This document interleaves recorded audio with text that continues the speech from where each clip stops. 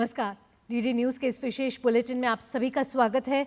मैं हूं आपके साथ भावना नैयर और मेरे साथ है मेरी सहयोगी दीपाली, जो अब तक सांकेतिक भाषा में खबरें प्रस्तुत करेंगी। शुरुआत करते हैं सुबह की सुर्खियों के साथ। प्रधानमंत्री नरेंद्र मोदी आज YUGM कॉन्क्लेव में होंगे शामिल। सम्मेलन में होंगे सरकार, शिक्षा जगत, उद्योग और नवाचार से जुड़े लोग। जनसमूह को संबोधित करेंगे प्रधानमंत्री।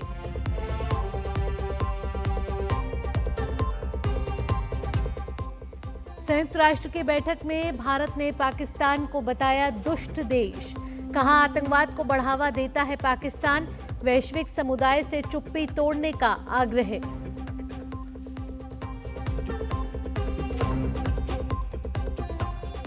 भारत में मेडिकल वीजा पर आए पाकिस्तानी नागरिकों को आज छोड़ना होगा देश। आदेश का उल्लंघन करने वालों को माना जाएगा गैर कानूनी विदेशी।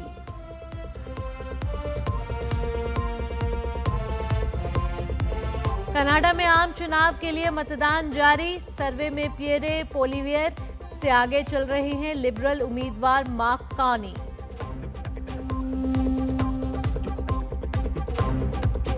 और 14 साल के वैभव सूर्यवंशी ने IPL में रचा इतिहास।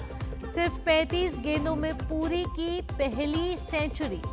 IPL में सबसे तेज शतक लगाने वाले भारतीय बल्लेबाज बने वैभव।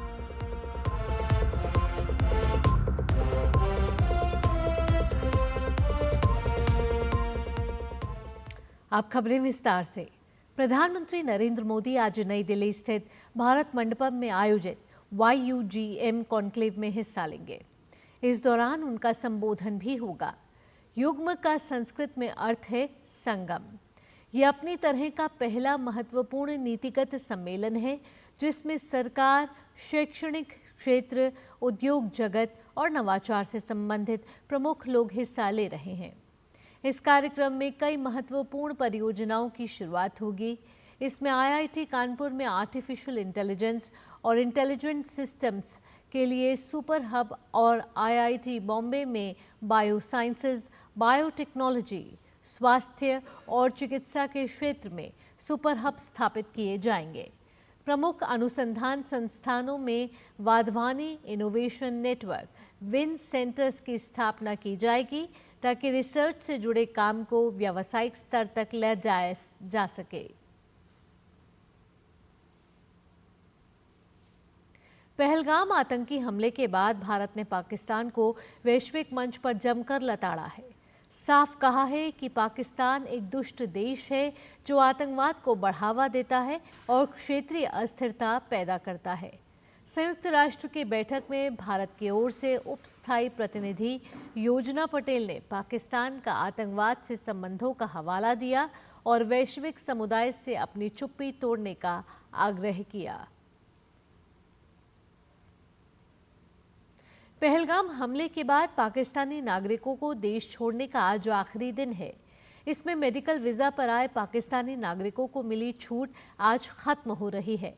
भारत में गैर कानूनी रूप से रहने वाले पाकिस्तानी नागरिकों को 3 साल तक की जेल और अधिकतम 3 लाख रुपए का जुर्माना हो सकता है। पहलगाम आतंकी हमले के बाद भारत सरकार ने तकरीबन सभी तरह के वीजा को रद्द कर दिया है। हालांकि दीर्घकालिक और राजनयिक या आधिकारिक वीजा धारकों को इस आदेश से छूट दी गई है। दिल्ली में रह रहे पाकिस्तानी हिंदुओं को भी इस फैसले से राहत मिली है, लेकिन उनका भी वेरिफिकेशन होगा। इसके अलावा नागरिकता संशोधन अधिनियम CAA के तहत आवेदन करने वाले हिंदू पाकिस्तानी नागरिकों को भी इस कार्रवाई से छूट मिल सकती है। पहलगाम आतंकी हमले का एक और वीडियो सामने आया है।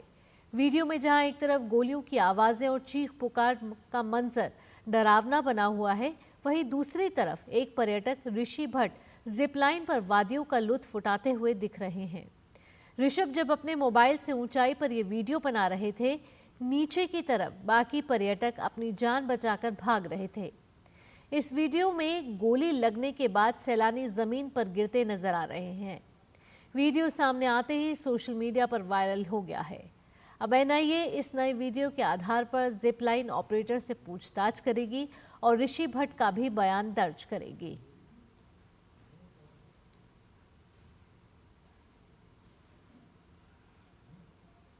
पहलगाम में कायराना हमले के बाद भी पाकिस्तान अपनी हरकतों से बाज नहीं आ रहा।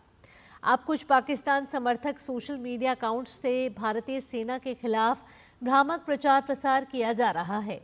पाकिस्तान समर्थक सोशल मीडिया अकाउंट्स पर झूठा दावा किया जा रहा है कि भारतीय सेना की तैयारियों से जुड़े गोपनीय दस्तावेज लीक हो गए हैं। हालांकि पीआईबी फैक्ट चेक में ये दावा केवल झूठा साबित हुआ है।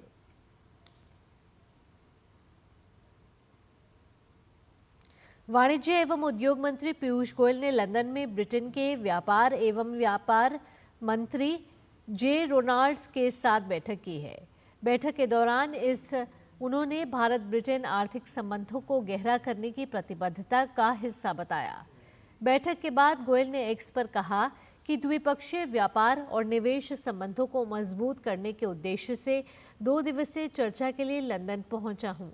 अपने पहले कार्यक्रम में मुक्त व्यापार समझौते पर बातचीत को आगे बढ़ाने के लिए ब्रिटेन के व्यापार जे रोनाल्ड्स के साथ एक उपयोगी बैठक की है, जिससे भारत ब्रिटेन आर्थिक संबंधों को गहरा करने के लिए हमारी प्रतिबद्धता मजबूत हुई है।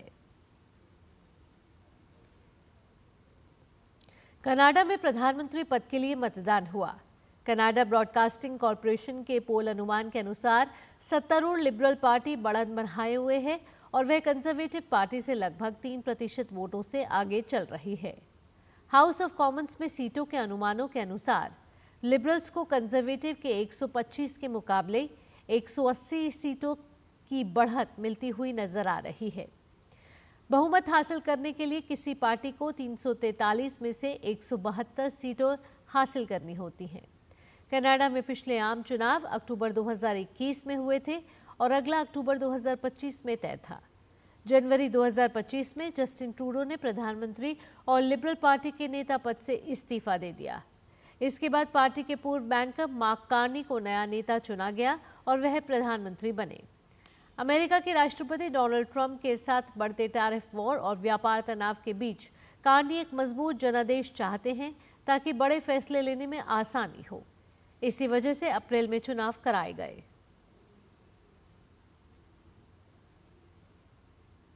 और अब खबर खेल जगत से। कहते हैं कि पूत के पांव पालने में ही नजर आ जाते हैं। बिहार के 14 साल के वैभव सूर्यवंशी इसका जीता जागता उदाहरण है। वैभव ने आईपीएल मुकाबले में इतिहास रच दिया है। गुजरात टाइटंस के खिलाफ उन्होंने ऐसी बल्लेबाजी की कि हर कोई देखता रह गया। आईपीएल में अपना तीसरा मैच खेल रहे वैभव ने एक-एक कर कई रिकॉर्ड तोड़े और उन पर अपना नाम लिखते चले गए। वैभव सूर्यवंशी ने पहले तो सबसे कम उम्र में आईपीएल अर्धशतक लगाया और उसके कुछ ही देर बाद सबसे कम उम्र में शतक भी पूरा करने में कामयाबी हासिल की। इतना ही नहीं, वे अब आईपीएल में सबसे तेज शतक लगाने वाले भारतीय बल्लेबाज भी बन गए हैं। वैभव सूर्यवंशी ने अपने तीसरे ही मैच में सिर्फ 17 गेंदों पर अर्धशतक पूरा किया। वे 6 छक्कों की मदद से 50 तक पहुंचे और उसके बाद 35 गेंदों पर शतक जड़ दिया। वैभव ने आईपीएल में ही नहीं बल्कि सबसे कम उम्र में टी20 में भी शतक लगाया है। इससे पहले तक टी20 क्रिकेट में सबसे कम उम्र में शतक लगाने का रिकॉर्ड विजय जोल के नाम पर था। उन्होंने महाराष्ट्र की ओर से खेलते हुए मुंबई के खिलाफ 2013 में 18 साल और 118 दिन की उम्र में शतक लगाया था। वहीं वैभव सूर्यवंशी ने 14 साल और 32 दिन की उम्र में टी20 क्रिकेट में शतक ठोक दिया। आईपीएल 2025 के लिए पिछले साल के अंत में हुए मेगा ऑक्शन में वैभव सूर्यवंशी को राजस्थान रॉयल्स ने 1 करोड़ 10 लाख रुपए में खरीदा था। इसी के साथ वह आईपीएल करार पाने वाले सबसे युवा खिलाड़ी बन गए थे।